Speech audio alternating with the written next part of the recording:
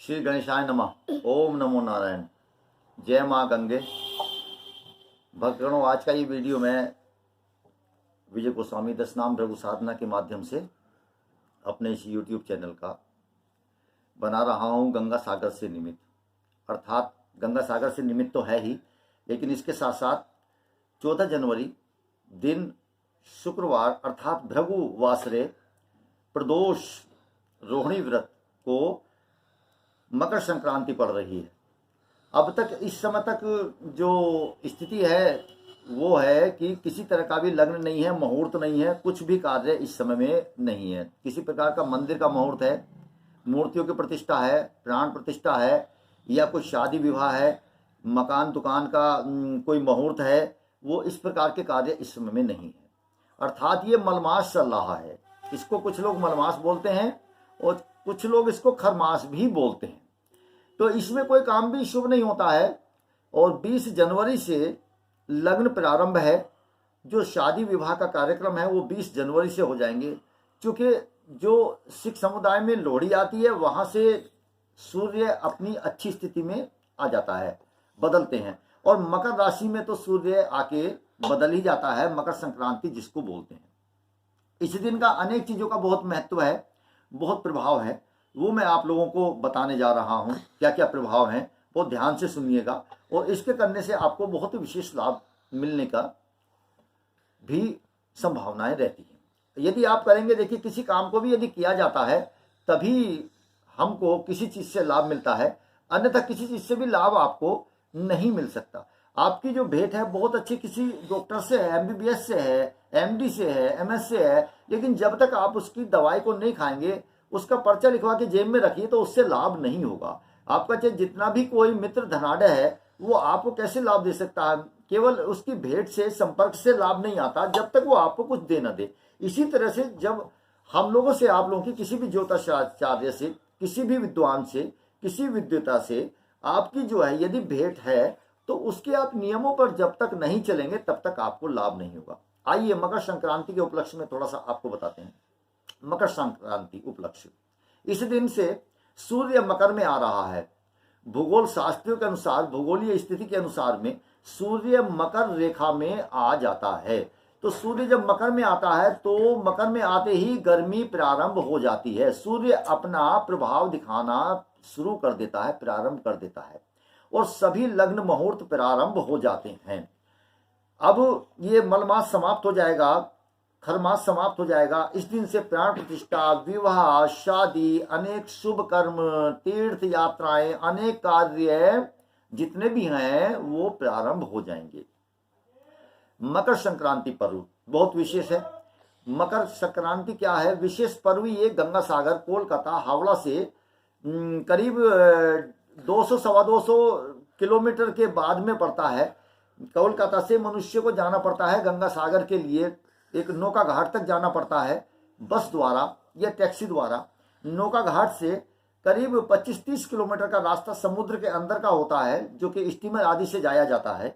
उसके बाद में वहां उतरने के बाद में चेमागुड़ी या ऐसी कोई जगह पड़ती है, वहां से फिर आगे निकलते हुए आपको गंगा सागर तक पहुंचना पड़ता है। गंगा सागर क्या है? गंगा सागर राजा सागर के जो 60,000 पुत्र थे वो भस्म हो गए थे। पुत्र क्या, ये जो है जो राजा सूर्यवंशी अर्थात जो राजा दशरथ हुए हैं, दिलीप हुए हैं, दिलीप के जो वंशी थे, वंशज थे, वो 60,000 एक मुनि जी के श्राप के कारण से जल के भस्म हो गए, जिसके कारण से उनका उद्धार होना था, पितरों का मोक्ष होना था, उनकी अस्थियों को गंगा में विलीन होना था। गंगा में विलीन होकर ही उनका मोक्ष हो सकता है। इस प्रकार से राजा भगीरथ को जब ये अवगत हुआ कि कपिल मुनि जी के आश्रम के पास में हमारे जो है 60,000 पुरखों की अस्थियां जो जलकर भस्म हो गए हैं, पड़ी हुई हैं, राख पड़ी हुई है, उनकी भस्मी पड़ी हुई है, उनका कैसे उद्धार हो सकता है? उनको अशांति हो रही थी, इसलिए उन्होंने 60 वर्षों तक तपस्या की भोलेनाथ की, शंकर जी की, और गंगा जी को पृथ्वी पर लाए स्वर्ग श्लोक से। इस प्रकार से लाने के बाद में जहां जहां भगीरथ चले, जिस जिस रास्ते को, गंगा जी उनके पीछे पीछे होती हुई और पूरा गंगोत्री से लेके और हावड़ा अर्थात जो कोलकाता के पास में जो गंगा सागर जगह है, स्थान है, उस जगह पर पहुंची। वहां पर गंगा सागर क्या है? गंगा सागर, सागर है, समुद्र है, जो कि गंगा समुद्र में विलीन होती है, मिलती है, उसको गंगा सागर बोलते हैं। इस दिन का महत्व बहुत है एक चीज का, क्या? स्नान करने का। स्नान, दान, पुण्य, फल, कर्म और आपका पूजा पाठ का बहुत अधिक फल है। इस दिन के कुछ कार्य करने से आप बहुत विशेष लाभ ले सकते हैं। इस दिन हमें क्या करना चाहिए? लोग तो वहां पर अनेक नदियां इसमें विलयकरण होती हैं, अनेक नदियों का इसमें विलय है, अनेक नदियां इसमें विलीन होती हैं। इसलिए जब आप गंगा सागर में कहीं स्नान करते हैं तो आपको अनेक प्रकार की नदियों का लाभ मिल जाता है। माँ गंगा का भी लाभ मिल जाता है, जो कि हमारी राष्ट्रीय नदी है। इस प्रकार से गंगा सागर में स्नान करने से आपको अनेक प्रकार के लाभ मिलते हैं। इस दिन दान करने से आपको सहस्त्रों गुना, कोटि गुना ज्यादा लाभ मिल जाता है। इस दिन गाय का दान बहुत जरूरी होता है। जो लोग गंगा सागर जाते हैं, आपको तरीका उसका विधान बता देता हूं। वैसे गंगा, वहां पर हजारों गाय दान होती हैं, लेकिन उस गाय को आप अपने पास रखिए। पास रखने के बाद में कुशा आदि टच करिए और उसके बाद में गाय को स्नान कराने के बाद में अच्छे ढंग से स्नान कर दीजिए। जैसे स्वयं स्नान करते हैं हम, ऐसा ही स्नान कराना चाहिए। इस प्रकार से स्नान करने के बाद में हमको फिर गाय के खुरों पर हमको पीला चंदन लगाना चाहिए। ये बहुत अच्छा उपाय है, इससे भाग्य उदय होता है। इस प्रकार के करने से वहीं आप पुण्य फल करिए। जो भी दान करना है, खिचड़ी आदि खाइए। खिचड़ी का बहुत बड़ा इसमें महत्व है। इस दिन लोग दान करते हैं, खिचड़ी का दान करते हैं, तिल का दान करते हैं, गजक का दान करते हैं, सब्जियों का दान करते हैं, वस्त्र का दान करते हैं, अनेक प्रकार की वस्तुओं का दान करते हैं। इस दिन के दान करने से सहस्त्र गुना, कोटि गुना ज्यादा हमको फल प्राप्त हो जाता है। जो लोग भी इस कार्य को करेंगे उनको लाभ मिलेगा। गंगा सागर में स्नान किया जाए। अब गंगा सागर अगर नहीं जा सकते तो माँ गंगा में भी आप स्नान कर सकते हैं, प्रयागराज में स्नान कर सकते हैं, हरिद्वार में स्नान कर सकते हैं, या जो लोग अपने अपने कहीं भी किसी तीर्थ पर निवास करते हैं आसपास में, वहां जाके उसमें स्नान कर सकते हैं। अब आपको क्या करना है कि उस दिन बैठिए और बैठने के बाद में जिस भी देवी देवता की, अपने गुरुदेव की आराधना करते हैं, आप लोग उसकी आराधना करनी है। और आराधना करके आपको गुरु मंत्र का जप करना है, पाठ करना है, माँ गंगा की भी स्तुति बोलनी है। और इस दिन, अच्छा एक बड़ी विशेष बात है कि इसको मकर संक्रांति बोलते हैं। मकर का मतलब होता है क्रोकोडाइल बोलते हैं, जिसको मगरमच्छ बोलते हैं। माँ गंगा का जो वाहन है, जो उनका वाहन है माँ गंगा का, वो मकर है। इसलिए मकर संक्रांति पर भी बहुत विशेष पर्व है गंगा स्नान का। एक बात, इस दिन आप स्नान करिए।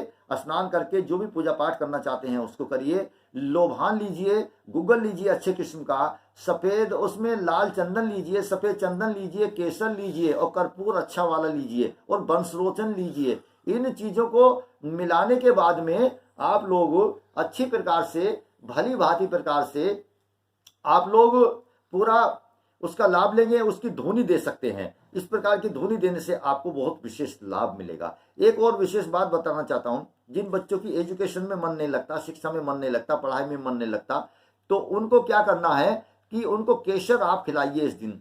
और इस दिन पीले का बड़ा महत्व है। आप पीला वस्त्र पहनिए, पीला खाइए, पीला दूध पीजिए हल्दी मिला के, और इसके अतिरिक्त में केसर का दूध पीजिए। और इस दिन आप जो है चावल, पीला चावल खाइए और बहुत अनेक प्रकार की चीजें आप खाइए, पीला खाइए। और केरल में तो, तमिल में तो बहुत अच्छे से इस पर्व को मनाया जाता है। पतंग आदि भी इस दिन लोग बाग उड़ाते हैं और अनेक प्रकार की प्रतिस्पर्धा भी होती है उन लोगों के बीच में। अलग अलग प्रकार से इसको मनाया जाता है। इस दिन पीले खाने का बहुत महत्व है। आप पीला खाइए, पीला दान करिए, और इस प्रकार के करने से आप लोगों को बहुत विशेष लाभ मिलेगा। अभी मैं जो धुनी बता रहा था, अगर घर में आपके किसी प्रकार की आपदा है, कोई परेशानी है, कोई व्यथा है और व्याधि है, कोई दिक्कत है, शरीर रोग दोष में है, तो आप लोग जो अभी मैंने बताया, पीला चंदन है, केसर है, गूगल है, लोभान है, बंसलोचन है, इनको आप मिलाइए और मिलाने के बाद में आप धुनी दीजिए इसकी लगातार।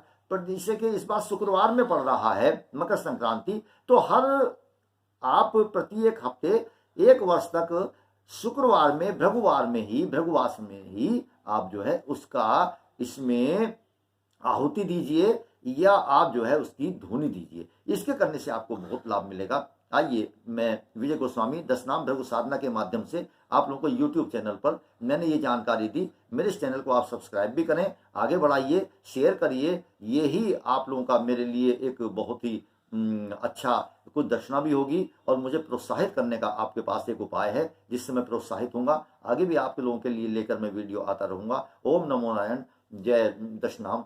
ओम नमो नारायण, जय श्री राधे, जय श्री महाकाल।